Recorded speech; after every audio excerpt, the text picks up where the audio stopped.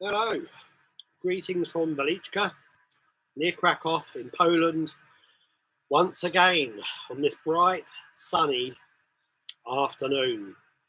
It's pretty hot again, which I'm not so happy about, but I'm not happy when it's so cold either, or raining incessantly. So, anyway, always got a reason to complain. Just want to keep this quick. Firstly, as I stipulated about 2 or 3 videos ago,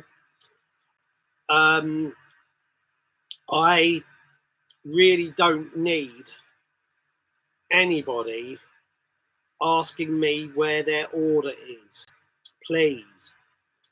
I've had about 5 or 6 inquiries just during the last few days alone. It's not a huge amount, but it's just a minor hassle because I then replied to these people and I could be doing something more constructive instead. But while I'm on the subject, some people chasing their orders for various releases, and this happens especially when they become aware that a release is out, because once I get a release, I don't really subscribe to release dates and everything.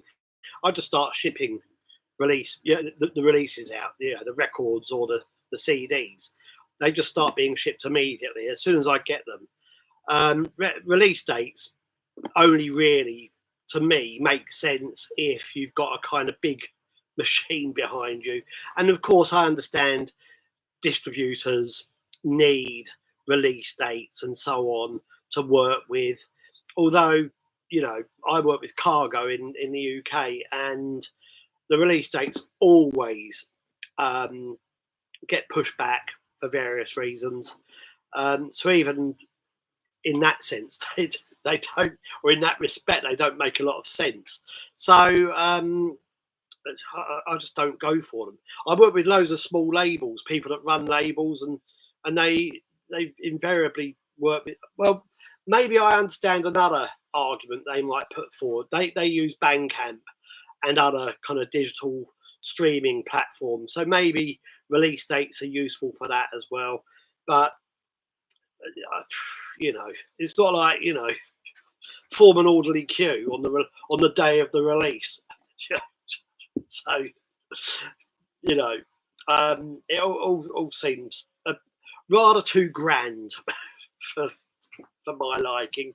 But I do work with artists who use release dates, but they don't make sense to me. But anyway, once some people, because most people are very patient, they understand this is a small operation, they understand that I'm doing my best, and so on and so forth. Most people, and this is, I'm grateful to everybody who orders direct from me in the first place. But some people get a little impatient, I guess, once they become aware that a release is out and doing its thing. Maybe they notice that Discogs have now got copies, or Derek Higgins in America is brandishing a copy of the new release, and of course I do prioritize some review copies and copies to people like Derek and Vital Weekly and Franz de Waard, people like that, because I know they will be writing about, and it just helps minuscule promotional campaign.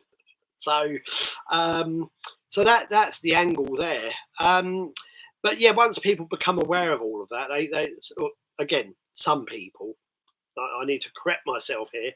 Once some people become aware of that, they start chasing up their own order.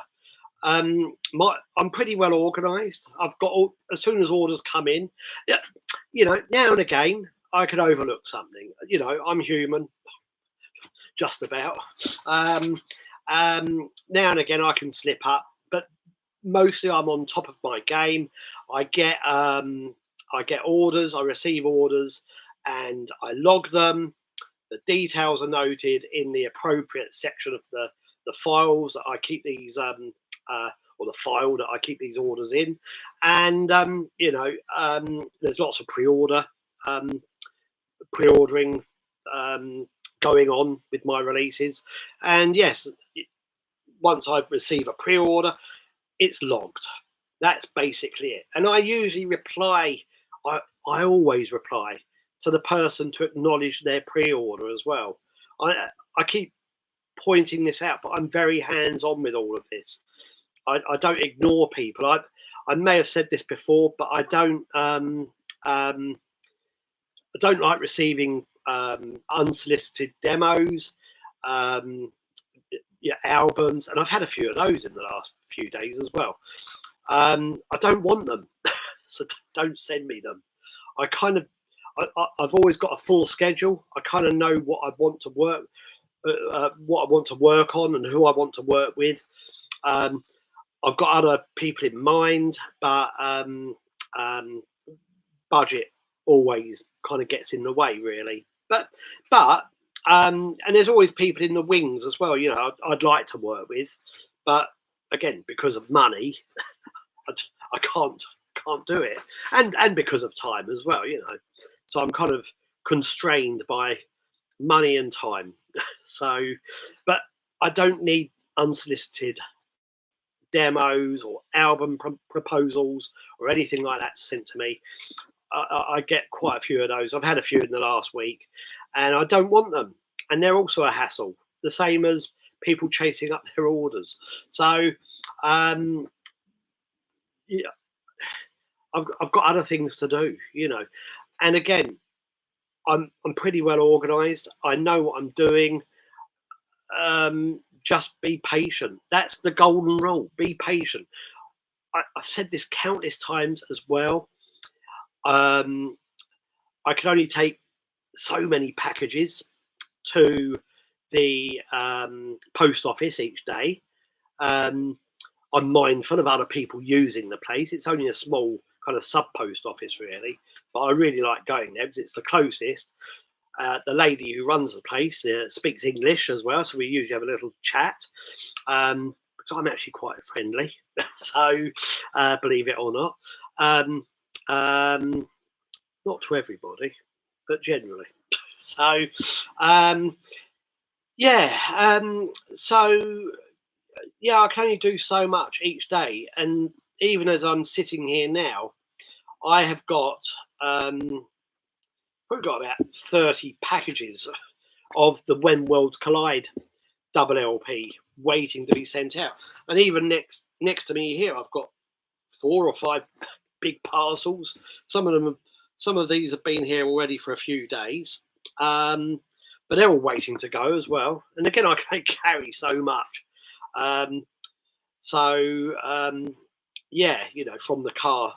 Well, of course, I could take a huge bag and carry a few more probably, but I go daily and sometimes even twice in a day, has been known. Again, just be patient. I realise many people on my mailing list probably quite wisely don't watch these. I think a number of people also don't read the updates in my regular newsletters and so on. Okay, fine. But I'm at that point where I think, next time anybody hassles me, and it is a hassle, about their order, I think I'll just reply with a link, just watch this one that I'm doing now. As I said 3 videos ago, leave me alone. So unless you're sending another order, in which case, don't leave me alone, in which case you're welcome. But really, joking aside, it's not benefiting anybody or anything. Just be patient. I'm going as fast as I can. It's only me packing orders in between work, family commitments. At the back of this room right now is my daughter. She's not at kindergarten this month, so I've had to glue her to a phone, So, and ask her to just be quiet while I'm doing this. Although I did just have some music blaring out. But I think I've reached the end of it.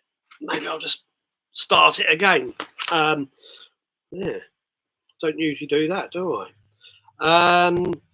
Yeah, anyway, that's really all I wanted to say. Just once again, please just be patient with your orders. And I'll go into some new release related stuff in a minute. But firstly, some quick shout outs. I always prefer writing reviews, and I will write reviews as well. And I just did a few more, or at least posted a few more. I did a few more in the last week, but I've done some more on the Adverse Effect website or Blogspot or whatever it is, WordPress. I don't know. Anyway, I still really prefer writing to doing this, although this is what I do when I do my English lessons, just waffle and engage or try to engage with people. They seem to like me though for some reason. Anyway, let's have a look at some new arrivals. Actually, before I go on to the things that arrived yesterday, I may have mentioned this before, but I finally played it. I haven't reviewed this yet.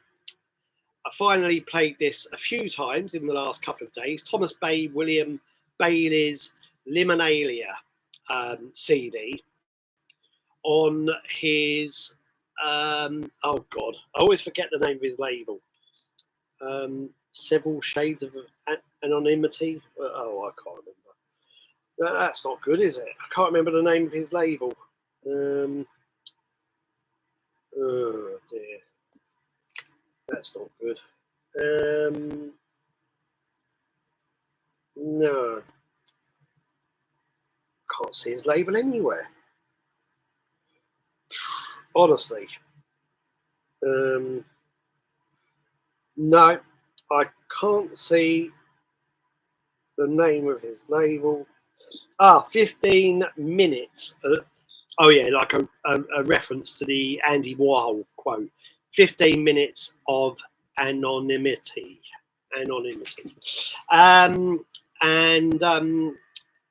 Yeah, I had trouble saying that, didn't I? Anyway, yes, rather than 15 minutes of fame, 15 minutes of being anonymous. So, Thomas Bey William Bailey's latest release. I think this appeared earlier in the year. I received a few copies of this. A couple went to my mail order. We did a small trade. The book looks quite impressive, but it's actually just, I say just, lined paper designed to look impressive. No, it's designed to for the listener to jot down their dreams or nightmares if they feel so inclined. I'm not going to be doing that. My days of writing down my own dreams and nightmares for lyrics, to go into lyrics and stories. I used to write loads of stories as well and other crap. Years ago. No, those days have gone. So I won't be logging my dreams. So it's just an empty. Maybe I should give it to my daughter to scribble on. Yeah. Anyway, an interesting concept. The music itself is based on, I think, waking dreams, or those moments as we're just waking up from some kind of vivid dreams. And I think Thomas Bey William Bailey, it's always a mouthful, that. Yeah, Thomas or Tom. Tom's music is based on his own experiences of waking dreams, and that those moments when we're just coming out of sleep, waking up, and you've still got the vestiges of a dream hanging on. Its tendrils are still trying to claw you back. So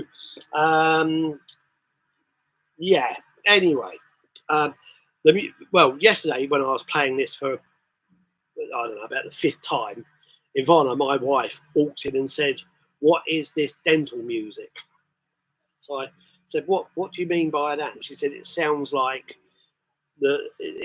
music that should be used as tools in a dental practice." So I thought that was a bit brutal, because this music's not harsh. It's quite crystalline. There's lots of stuff going on, lots of digital processing. By the sounds of it, I could be right. Sounds quite electroacoustic in nature. There were some more discernible sounds in there as well, but definitely abstract. Definitely abstract, and probably what most people would deem deep listening. I think, if I remember the notes, there are some notes in here, which I finally read yesterday as well. I think the music is designed to be played as one goes to sleep, but I don't often do that anymore either. I tried a few nights ago for the first time in a while, but I usually read before I go to sleep, and the music I was playing, I can't remember. It was Dirk Serres, I think. Is that the guy from Vidna of Mana? Anyway, yeah, I had to turn it off, even though it was quite ambient. So it just got in the way of me reading. So there we are. But anyway, that's what this. Maybe it'll work for you. Maybe that the intention of this will work for you. But no, I prefer listening to music during the day. Well, and in the evening, of course, when I'm writing or doing something else. Not so good at.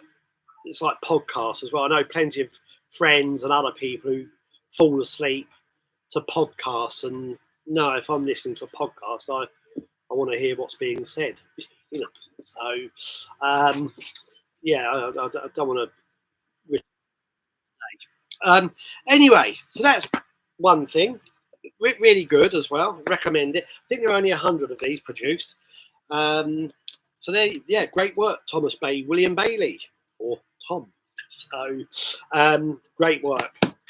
And then the other thing that arrived yesterday was a package from my good friend Puppy38, aka his real name, Michael Everett, who's also collaborated in theme on the current album, Meditations on Space Volume 1. Don't know if you can see that very clearly. I've got the blind pulled on the window here because it's just so sunny. And also there's a fan working and whirring away in the background, which blends in with the music rather well. So this is called A Knife and Five Cranberries. And the only thing I don't like about it, musically it's fine. I'll get onto that in a minute, because it's the only thing I've played from Hiroshimabend from this package that I received yesterday. It's playing now.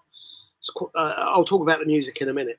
The only thing I don't like is, my heart sank when I looked at the time of the CD. I thought, oh no, another fucking 70 minutes.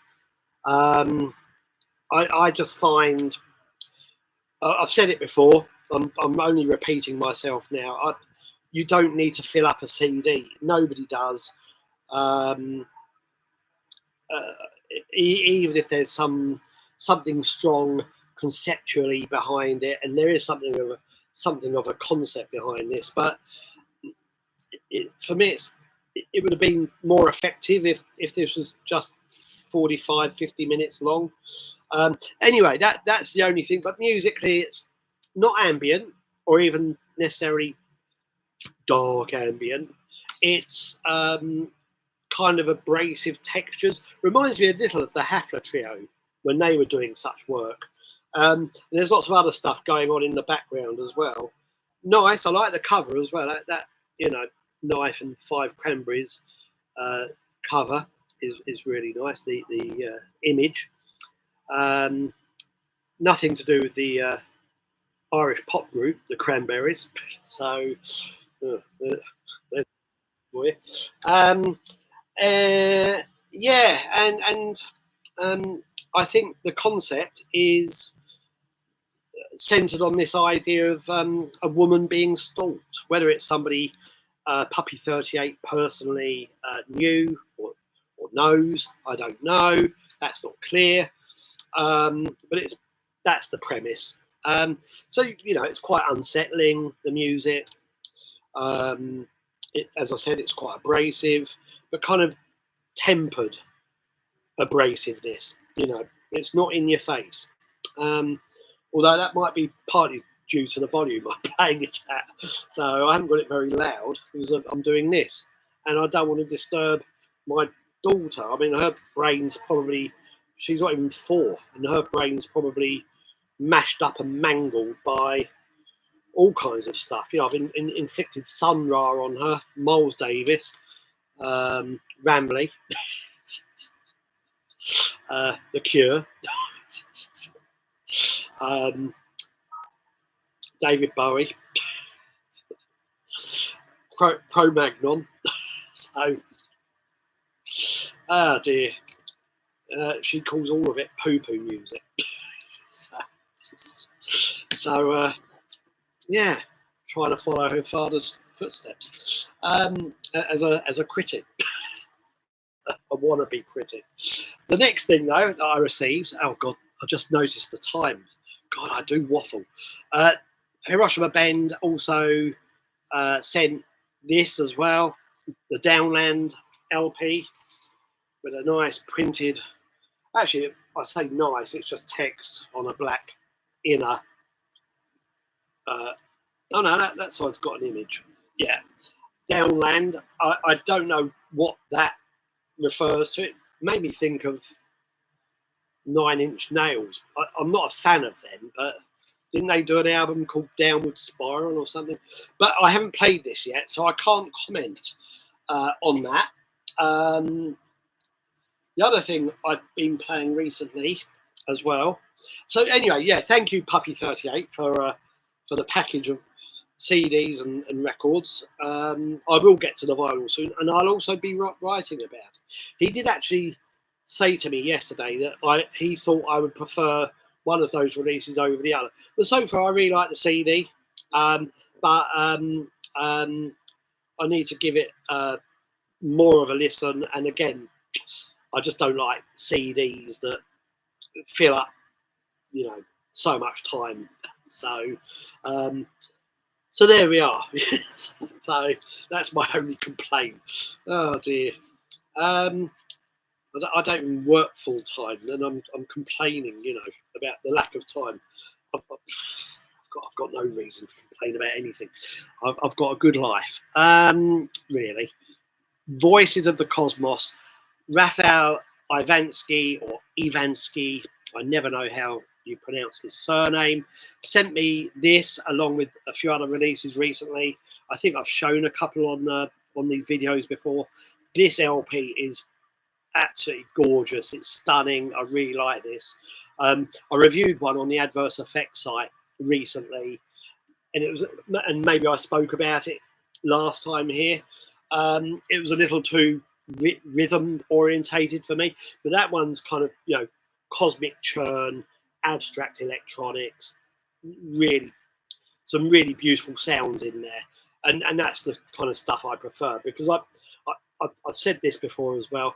I love early cosmic music, all of the usual Cluster, Organisation, Ashrar Temple, all of that stuff, early Tangerine Dream, a little later as well. But I'm just saying, when they were doing really kind of wild electronic music, in a way, it goes into my interest in Cabaret Voltaire as well. Those kind of crude, clunky electronics being worked at to produce sounds that go off into the universe somewhere. I love that stuff. Yeah, I preferred that LP. And there's another Voices of the Cosmos CD that I really like as well. It's just when it goes a bit too rhythmic, you know, it just made me think of all that stuff that I used to get sent lots of in the early 90s, like I don't know, Frontline. I mean, it's not the same kind of music, but those kind of electronic rhythms that people like Frontline Assembly, Skinny Puppy, My Life with the Thrill Kill Cult, all of that. Who else? 1,000 Homo DJs. Are you allowed to say that anymore? I don't know. Fuck it. That's the name of the group, you know. So, yeah, 1,000 Homo DJ. That's not even offensive anyway, is it? It's not like 1,000 Homo hairdressers. Anyway, that kind of thing. Yeah, I don't like those kind of really obvious clunky electronic rhythms. That's why I didn't like that. I'm waffling too much, and I want to get to a couple of things. This is going to be almost 30 minutes again. I'm really sorry. Just had news today that the Extended Network double LP Albus is now going ahead. Of course, it's delayed. Of course, I'm behind schedule. It will be here in probably 2 or 3 weeks' time. But at least I have chance to continue packing more When Worlds Collide double LPs, which is also gaining good feedback from people that have actually bothered to at least let me know what they think about it so far, and a couple of people have written about it as well. That's doing okay. And then I've got the Fallen Sun CD arriving soon, and I'm just about to put into production the Kleistwahr, The Battlefield is Everywhere CD, and the Michael Cashmore, The Ninth Circle Beyond the Sun CD. Let's have a slurp of Yorkshire tea. So lots of stuff happening, as usual. So just keep reading the newsletters. Do read them. Well, you know, I can understand why anybody doesn't bother with these, but there's a reason why I do these. You know, these videos. It's just to kind of help people keep up to date. But I checked today the stats, and more people seem to be subscribing to this channel, and probably mostly because of the recent Fallen Sun and Kleistwahr uploads and the various interviews I've done over the past year. Mark Perry, Andrew Fern, Extended Network, Stephen Wilson, Alan Ryder, Franz Devard, a couple of others. And I'm going to do one with Nick Hamilton of Horn of Plenty label and Central Bazaar in the near future as well. Probably within the next few days I'll be doing that. So that'll be the next one. We'll just be moaning about the plight of small record labels and the hardships involved, most likely. You probably haven't heard of Horn of Plenty. Recommend that label. Recommend it. For me, it fits in with Mike Harwood's Penultimate Press and that Nyar Records from Ireland, in the sense that, and maybe Graham Lampkin's Kai label. I mean, those kind of labels that you can't really, you know, pin anywhere. They're devoted to really weird kind of folk and abstract sound art and weird poetry and all that kind of thing, and abstract music, all kind of combined on the same record sometimes. I also like, I've got a lot of time for that kind of thing as well. Yeah, I like that stuff. But anyway, I've made it almost to 30 minutes. I wanted to talk more about new releases. As usual, link to the shop below. Please continue to support the channel, support the label. You can support the channel as well. Share, like. Can't imagine anybody would share this, but like, subscribe, all of that. And if you've got anything you want to send for me to review, to write about, or do a shout out on here, just send it. My address is on the Adverse Effect website, which will also be linked below. Thank you very much if you've made it to the end. And thanks to Laura for remaining glued to her phone. Shocking, isn't it? What we do with our kids. So just to keep them quiet for 30 minutes. She would be on there for 3 hours if I'd let her. But no, I'm going to force her to go and play with something now. And that's why I'll leave it. So thank you very much if you've made it to the end. Cheers. Bye-bye.